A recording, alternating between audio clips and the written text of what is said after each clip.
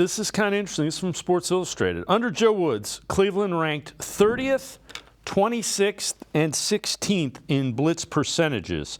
While Schwartz's scheme is definitely more aggressive in terms of attacking the line, the reality is he also skews bringing extra pressure. In the final 3 seasons as Eagles defensive coordinator from 2018 to 2020, Philadelphia checked in at 32nd, 19th, and 28th in the same metric, that being blitz percentages.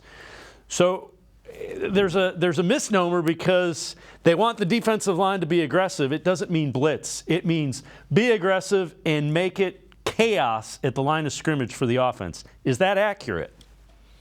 Yeah, I think more the way he weaponizes first his alignment, using a wide 9, which is an advantageous position for his edge rushers, getting them one-on-one matchups. Like you mentioned, you can't double both guys, but you can also try to avoid chips and do different things to get them in favorable positions. And then also a bunch of stunts and games up front. We saw that a ton in Tennessee the last couple of years. Last year in particular, when they lose Harold Landry, don't really have Bud Dupree in the fold either. And you had a bunch of solid football players, but no superstars. And they were still able to consistently generate pressure. That's because you're seeing a lot of inside-outside stunts and games and different things to free up their pass rushers. That's what you're going to see, but also probably some 5-man fronts as well, which maybe wouldn't be charted as a blitz, but you'll see some bear fronts, some different things to get all these guys unleashed and a free path to the quarterback.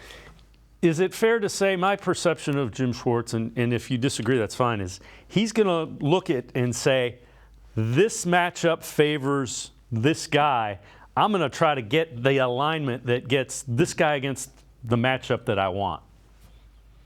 100%. And that's why I do maybe mention too many times when I come on the show, just the fluidity and flexibility of some of these guys, because I think there are going to be weeks where you say, oh, Zadarius didn't kick inside at all last week, and then he had 20 pass rush reps as a 5-tech or a 4-eye, on the interior of the tackle, is what I mean by that. Like, yeah, week to week, I think you're going to see very different things, and you have to trust and understand that Jim Schwartz has been around this league for a very long time, went to a Super Bowl as a defensive coordinator, has been very good at multiple different stops. Even in Detroit, obviously, wasn't a head coach for super long, but, that franchise's defense during some of those years was better than it had been for quite some time and has been since. Yes, I think that is the big thing for him as well. And every good defensive coach is, of course, you have your bread and butter, you have your preferences and your flavor, but realistically, on a week-to-week basis, you need to mirror the opposing offense and change what you do based on the opposing quarterback, based on their personnel. And I think that's what he's shown over time is what he's very good at.